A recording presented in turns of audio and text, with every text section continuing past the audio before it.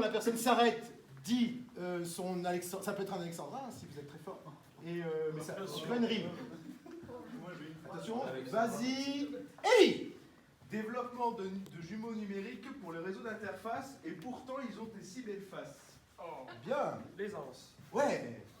Alan. La modélisation des lentilles ophtalmiques, ça me fout la trique.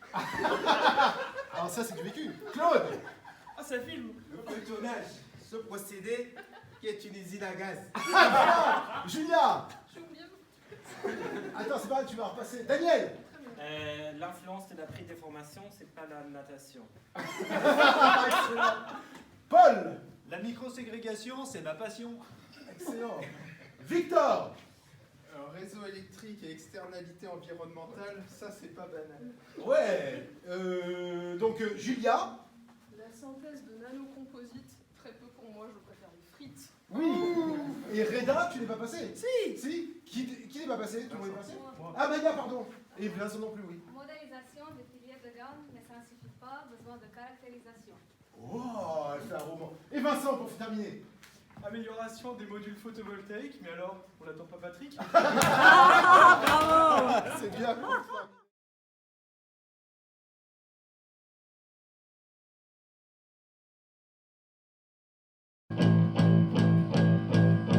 Everybody knows each other, everybody moves away, everybody knows their color, everybody seems to pray, everybody claps their hands, everybody wants to play.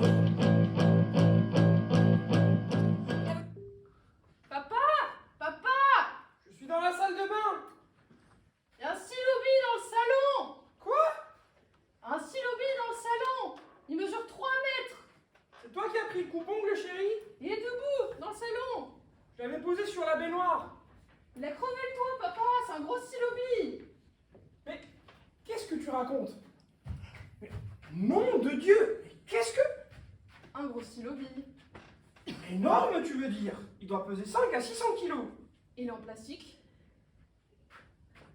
Oui, oui, c'est un vrai. Liliane! Je suis dans la cuisine. Un énorme stylo-bille de... Un stylo-bille d'une demi-tonne vient de tomber dans le salon. Quoi? J'ai pas compris là. Qu'est-ce que vous... Ah! Mais qu'est-ce que c'est que ça? Un gros stylo-bille.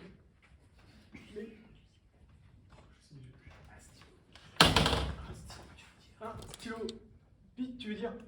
Frédéric, tu es sûr que c'est un stylo-bille? Mais qu'est-ce que tu veux que ce soit?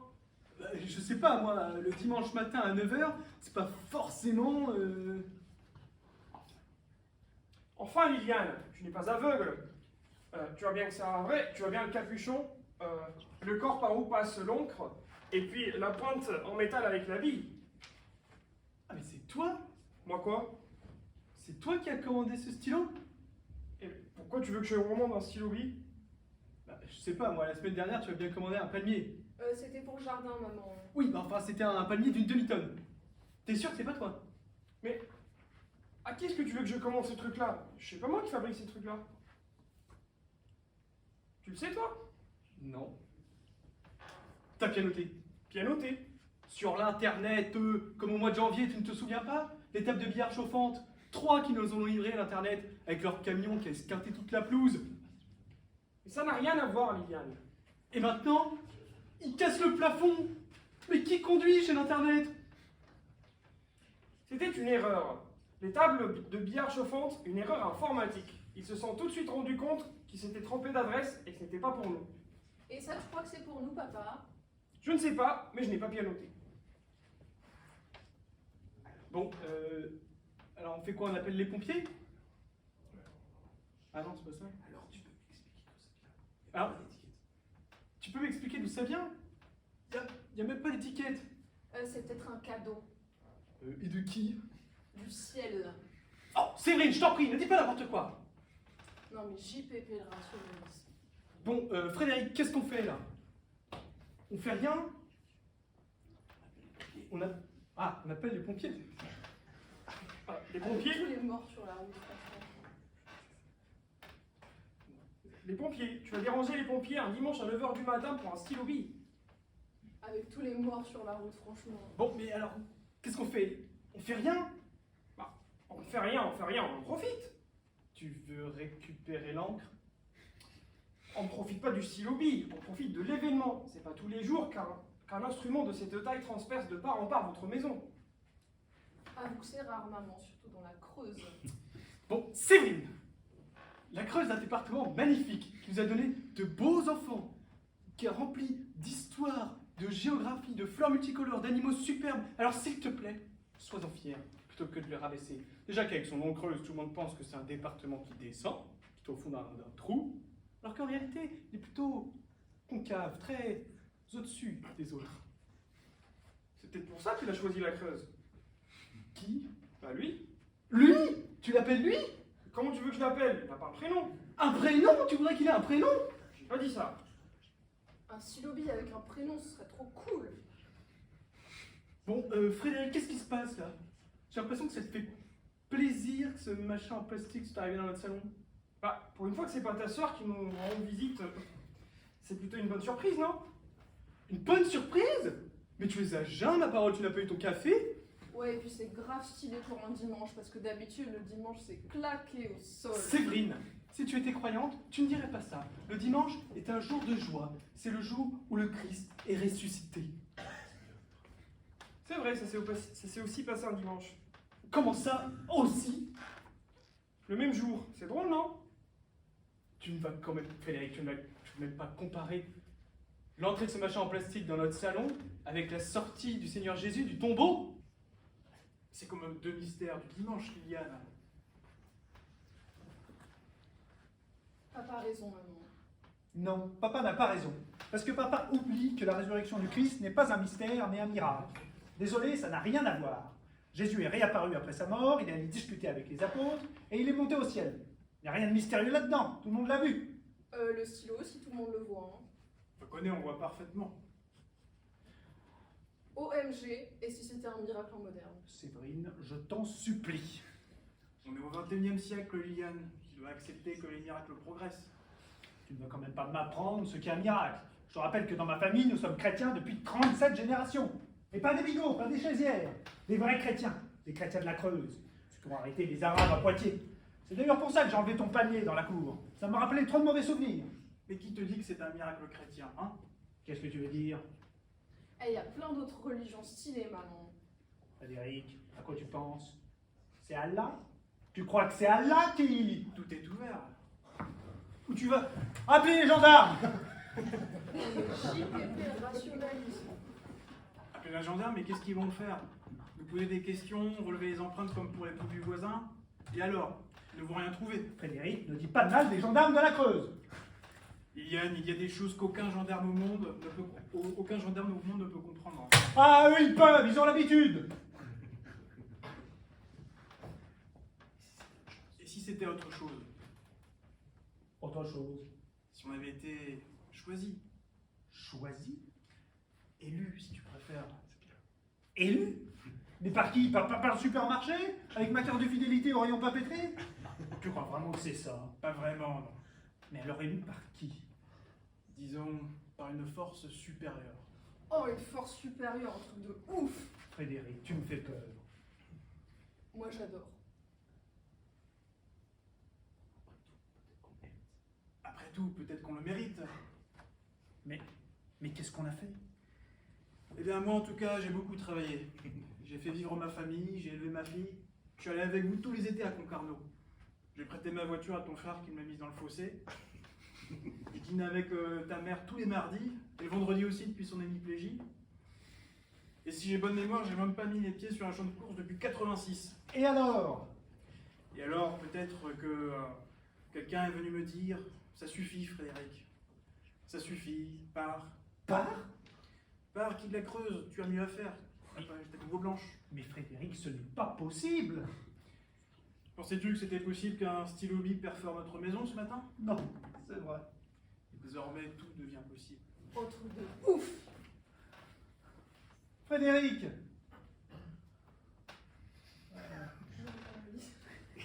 Bon, je ferme ma valise. Oh, une dinguerie, une dinguerie. Frédéric! Je suis obligé. Dis-moi la vérité, il t'a parlé! Qui ça? Lui, t'as dit quelque chose. Mais enfin, c'est un stylo, Liliane, il n'a pas de bouche. Mais alors comment tu sais que tu dois partir? Écoute, Liliane, faut que tu comprennes que je ne suis pas qu'un paquet de viande enveloppé dans un peignoir. J'ai des émotions, une âme, une spiritualité matinale très développée que, il est vrai, je m'efforce de cacher pour ne pas paraître trop différent des habitants de la Creuse, qui sont, disons, terriens. Lourd. Tu sais que c'est l'anniversaire de papa aujourd'hui. En fait, c'est 102 ans ce soir. Oh, je sais bien. Tout le monde sera là. Corinne, Françoise, Jojo, Jean-Loup, Henri, Yvonne. Eh, Moulou, tu viens? Non, Moulot ne viendra pas. François et sa sœur, Sophie, qui vient d'accoucher, même les cousins de la Creuse du Sud montent. Ah, j'aurais vraiment aimé être avec vous. Surtout que j'ai jamais loupé un seul anniversaire, ça jamais un. Mais tu comprends. Mais qu'est-ce que je vais leur dire? Eh bien, la vérité, que j'ai été élu tôt ce matin. Oh my god, OMG, ça va les fracasser. Bon, Liliane, il faut que j'y aille. J'ai peur qu'il se fâche. Tu sais, il ne vous appelle jamais deux fois. Go, papa, go. Tu ne l'emportes pas? Oh bah non, moi j'ai déjà le même. Comme quoi c'était écrit. Allez, bisous. OMG, maman, il a écrit. Quoi? Le Silobi, il a écrit. Non! Mais qu'est-ce qu'il a écrit? Replante un palmier. Oh, j'en étais sûr, j'aurais dû appeler les gendarmes, j'aurais dû appeler les gendarmes!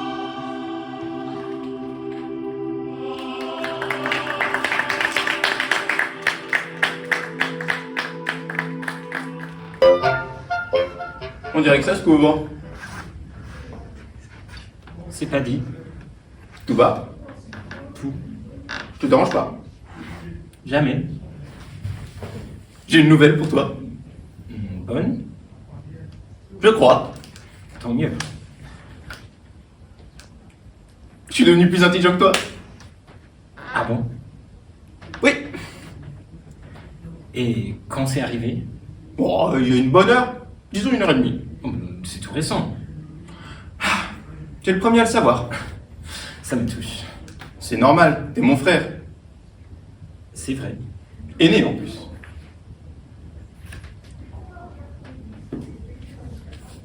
Beaucoup? Quoi? T'es devenu beaucoup plus intelligent que moi? J'ai l'impression. Tant qu'à faire. Tu sais, ça fait longtemps que j'en avais envie. Ah, ça ne se voyait pas. Depuis l'âge de 5 ans. Ah ouais, ça fait une baille. Ah oui, tout le monde, je me disais, André, il est drôle, il est pas de tout le monde, il n'y a que lui qu'on écoute. Mais un jour, ce sera moi. J'arriverai à faire mieux que lui.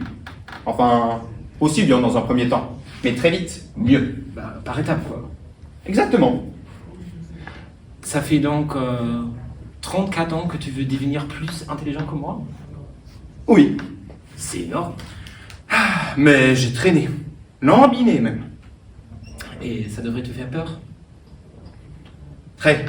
Et pourtant, j'en crevais d'envie. Surtout après les repas le dimanche, chez mamie, quand tout le monde m'appelait Concon. Tu t'en souviens? Oui, on t'appelait aussi comme ça à l'école, non? Oui, et au catéchisme. C'est pour ça que je me lançais quand même dans un sacré boulot. Ouais, tu parles. Et puis il y a quoi 6 mois, j'ai décidé de sauter le pas. Comme ça, d'un coup?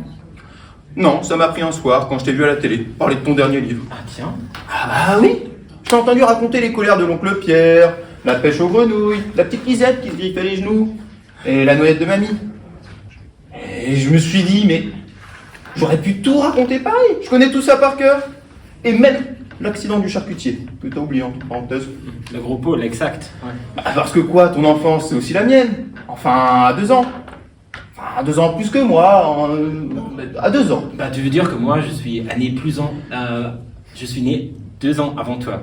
Voilà, exactement. Alors quand j'entendais le journaliste dire on est saisi par la justesse, ou ce souvenir bouleversant, ou la finesse de l'évocation, je me suis dit quand même, Jacques, quand même. L'intelligence, c'est pas la mer à boire. Vas-y, saute. Et j'ai sauté. Tu veux dire que tu as écrit? Pile. J'ai commencé par l'accident du charcutier, justement. Et puis je l'ai filé à mon patron. Tu le connais, mon patron? Je ne crois pas. Un type très fin, très sensible. Il a commencé tout petit en travaillant ses abdos, Et maintenant, il a 3 salles de gymnastique. En effet. D'ailleurs, il t'admire beaucoup. C'est quand je lui ai dit que j'étais ton frère qu'il m'a engagé au talcage. Ah bon? Oui. Il m'a dit, le frère du grand écrivain André Lamotte ne peut pas rester sans travail. Une vraie admiration pour toi. Je suis flatté. C'est pour ça.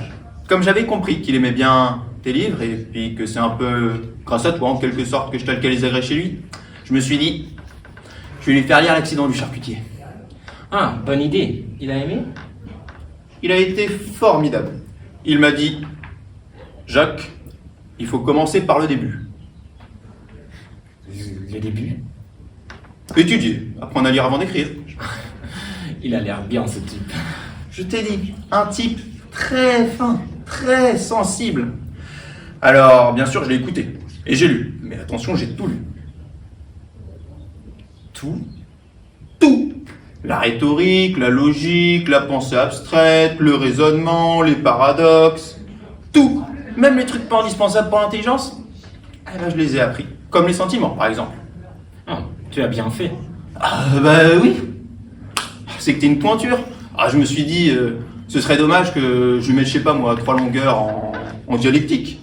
Et lui, d'un coup, il bifurque sur la haine ou l'amour. Ah, je suis marrant. Oui, bien sûr. Remarque, ça m'a bien plu, les sentiments. C'est vrai, c'est amusant, les sentiments. Et puis, il y a beaucoup moins à apprendre que pour les sentiments. Ah, je me rends pas bien compte. Ouah, t'en as quoi? Une dizaine qui comptent? La pitié, l'envie, la jalousie. Tiens, la jalousie, il est costaud celui-là. Hein. Oui, c'est un gros.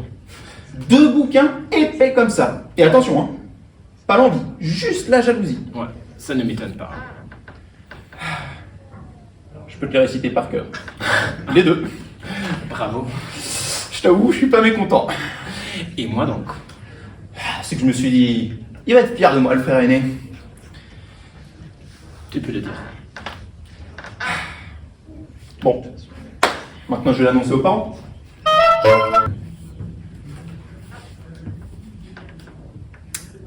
Jacques, maintenant que tu es plus intelligent que moi, je me sens plus libre de te dire que papa et maman, vas-y, m'ont toujours préféré à toi. C'est bien normal, dis donc. Il n'y avait pas photo. Ils allaient quand même pas préférer Concon.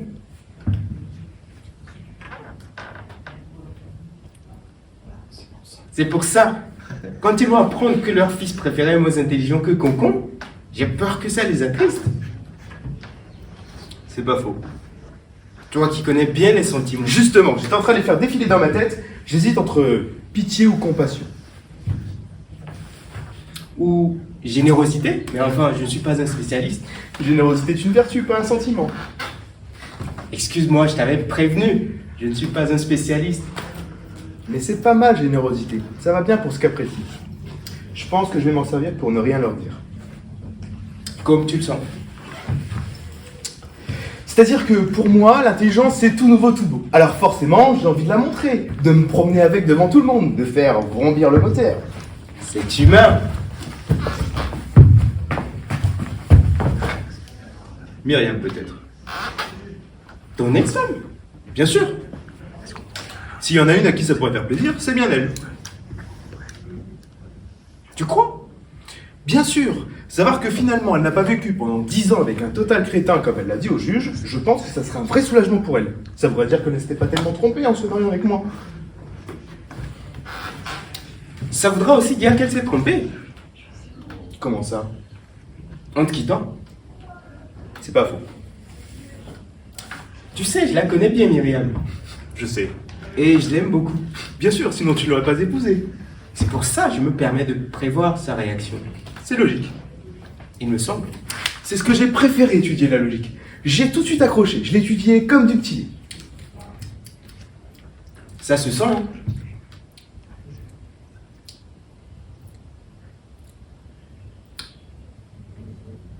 Merci pour la logique. Merci pour Myriam. Et merci pour mon patron. J'ai sauté. Ton patron?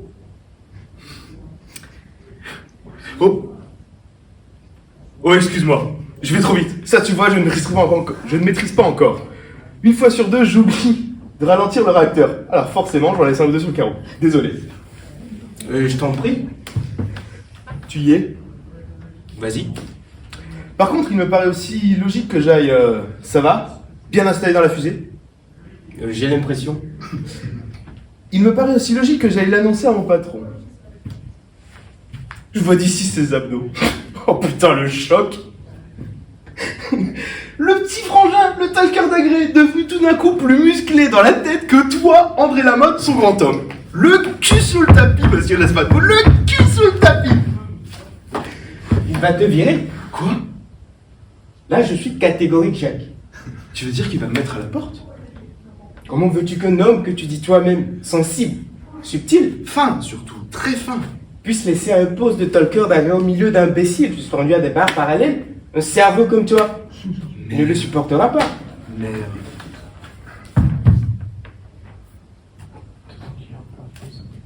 D'autant qu'il est un peu responsable. Juste, putain, juste. J'ai même peur qu'il se sente coupable vis-à-vis de moi. Bon. Alors, motus et bouche cousue. Je crois que c'est la sagesse. Sagesse, comportement éloigné des audaces ou des outrances, tempérance, réserve et discernement, connaissance et science telles que les concevaient les anciens, le vrai courage et la sagesse, Euripide, le doute est le commencement de la sagesse, Aristote, le plus sage est celui qui ne pense point l'être, Boileau, le monde avec lenteur marche vers la sagesse, Voltaire. Impressionnant. Cacher tout ça, c'est quand même dommage, non? C'est beau aussi quand ça reste à l'intérieur. Tu crois?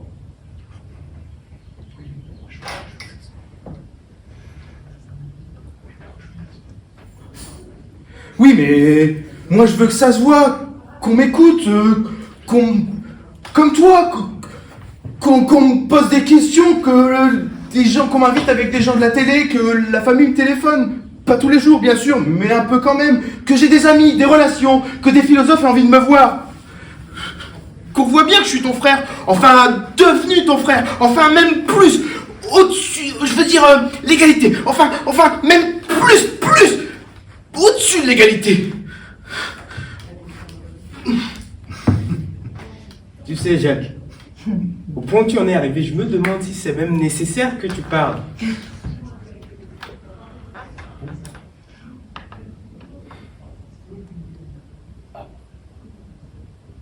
Ah bon? Tu es tellement loin devant, tellement haut. Tu vois, ça c'est comme pour le réacteur. Je ne maîtrise pas encore tout à fait. Je te le dis. Tu crois qu'il vaut mieux que je la ferme? Ce serait plus fort, plus rare. C'est pas faux. J'ai l'impression.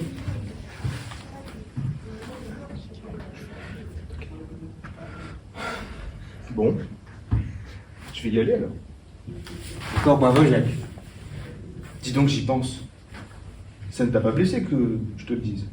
Parce que peut-être qu'avec toi aussi j'aurais dû me taire. Tu plaisantes? Tu es sûr? Ça ne te dérange pas de savoir que je suis plus intelligent que toi? Pas du tout. De l'apprendre de ma bouche en plus. Je préfère de loin l'apprendre par toi que par n'importe qui d'autre. Après tout, tu es mon frère. Aîné en plus. C'est pas faux. Tout va? Tout. Je ne t'ai pas dérangé. Tu ne me déranges jamais. C'est vrai. C'est pas dit que ça se coupe.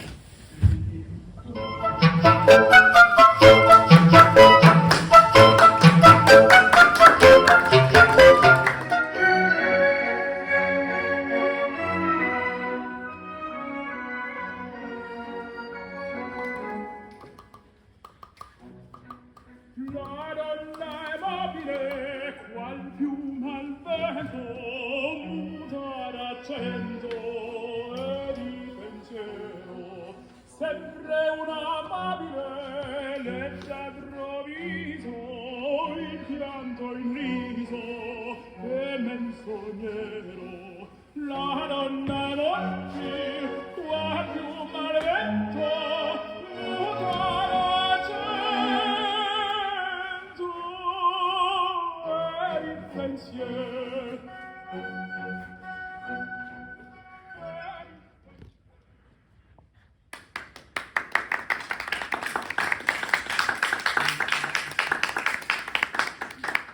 Bravo, tu lui dis juste un petit bravo, c'est tout.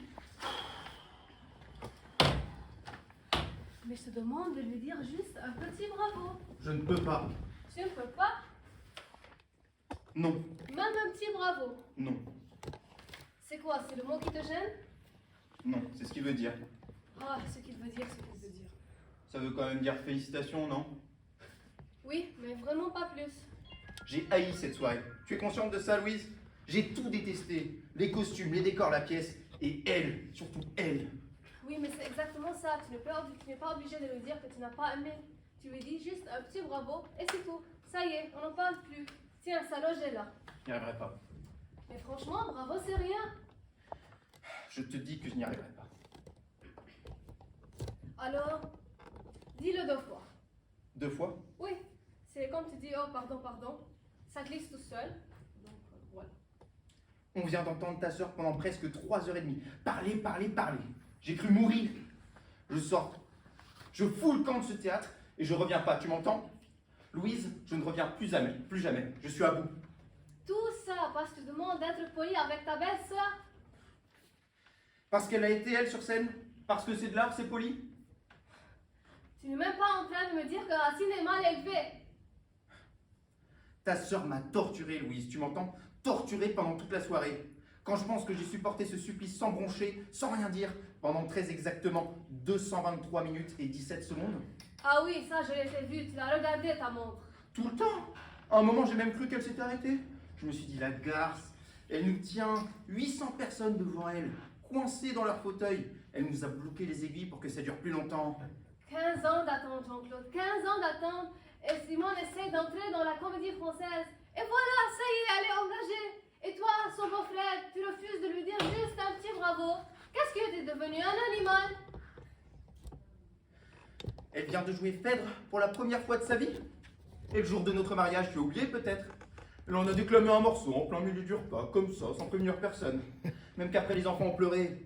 Et tu voudrais que je lui dise bravo à cette grosse vache? Jean-Claude! Où tu vas?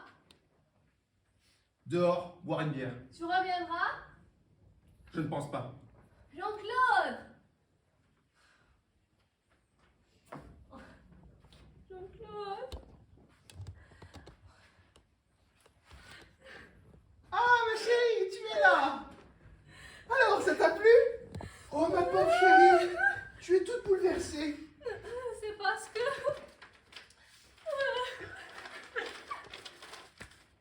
Parce que c'est une pièce qui parle fort aux femmes, je sais. Non, c'est parce que... Parce que c'est bouleversant de voir sa sœur applaudie devant pendant 80 minutes. Jean-Claude m'a quitté. Ton mari? Oui. C'est incroyable, ma chérie. Jean-Claude te quitte le soir de la première de Phèdre. Et tu te souviens ce que je vous ai joué pour le jour de votre mariage? Bien sûr, je me souviens, pauvre connasse. Putain, merdeuse.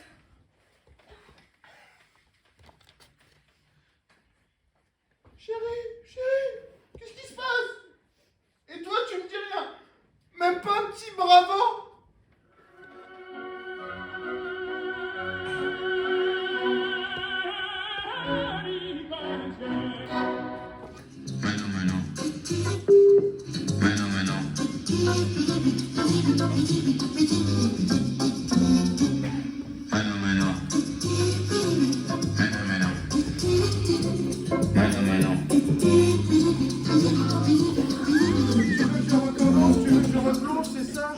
Tu sais, Claudine, c'est très facile, j'en meurs d'envie. Je n'ai pas dit ça. Ah oui, alors, mais qu'est-ce que tu as dit? Vas-y, répète, tu crois que je suis sourd? J'ai seulement dit que tu aurais peut-être pu essayer le temps passé, juste le temps qu'on ait acheté le sèche-linge, pour une fois que tu m'emmènes au magasin, au grand magasin, pour une fois. Hein. La vérité, c'est que je te gêne. C'est ça la vérité, je t'embarrasse. Tu as honte de moi. Réponds, Claudine. 3 ans que j'ai passé au grand magasin, 3 ans au rayon ménager, grand ménager plus précisément. Ah, je sais ça, je sais.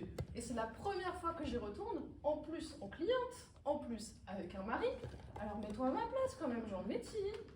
Mais si j'avais une canne, une béquille ou un fauteuil roulant, tu me demanderais la même chose?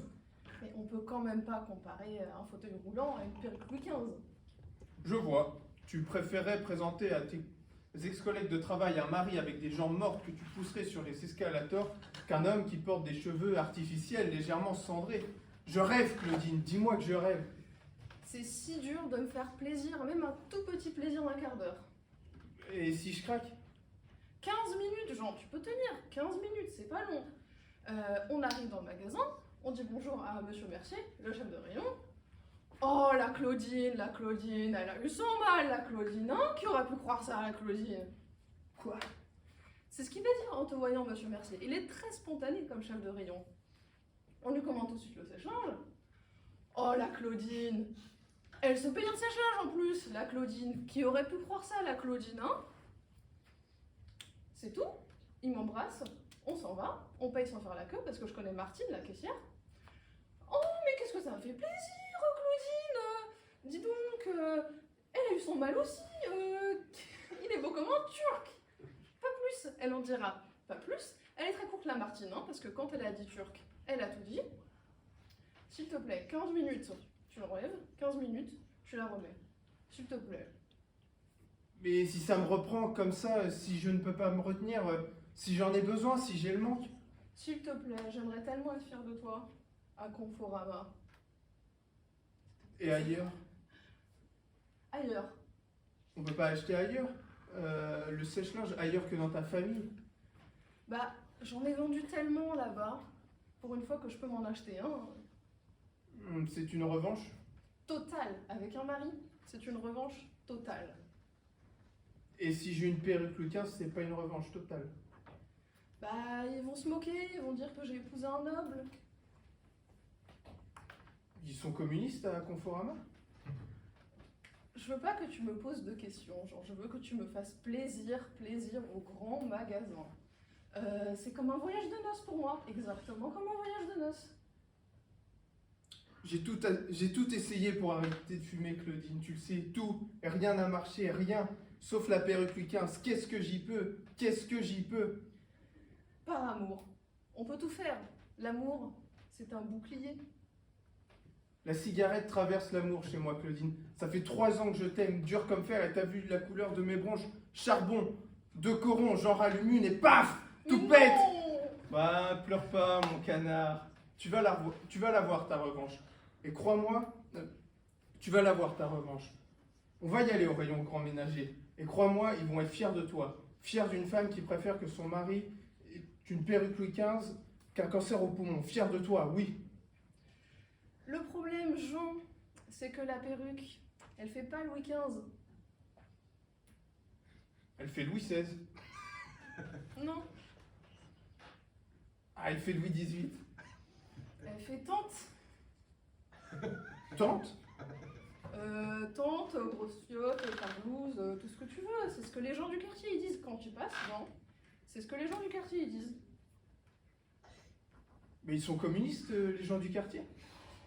Je leur ai tout expliqué, mais ils ont rien voulu entendre, et ils n'arrêtaient pas de dire que un vrai homme, il fume, comme Churchill, et un homme qui fume pas, c'est pas un vrai homme. Ah, c'est vrai que c'était un solide. Ah, c'est vrai qu'il avait des couilles, celui-là. Seul contre des milliers d'avions allemands, il fallait être un solide gaillard. Et moi j'ai envie d'amener quelqu'un comme Churchill à Conforama. Ah, c'est tout à fait compréhensible, Claudine. Et pas un PD. Ah, bah j'espère bien, dites donc. Jean, Oui. je veux pas que tu meurs, tu sais, non? C'est vrai que si tu voulais que je meure, je ne vois pas pourquoi on irait acheter un sèche-linge. Et du coup, si tu mets ta perruque à Conforama, est-ce que au moins tu pourrais parler anglais? Ok. C'est pas assez. Ok. As you like. Oh, très bien, merci. Ah, you're welcome. Parfait, là c'est la revanche totale. Ouf. Happiness is letting your laundry dry at the window. Qu'est-ce que tu dis? Oh non, ça c'est rien, c'est juste une phrase de Winston qui veut dire pour vivre heureux, il faut sécher son linge à la fenêtre. Je ne pense qu'à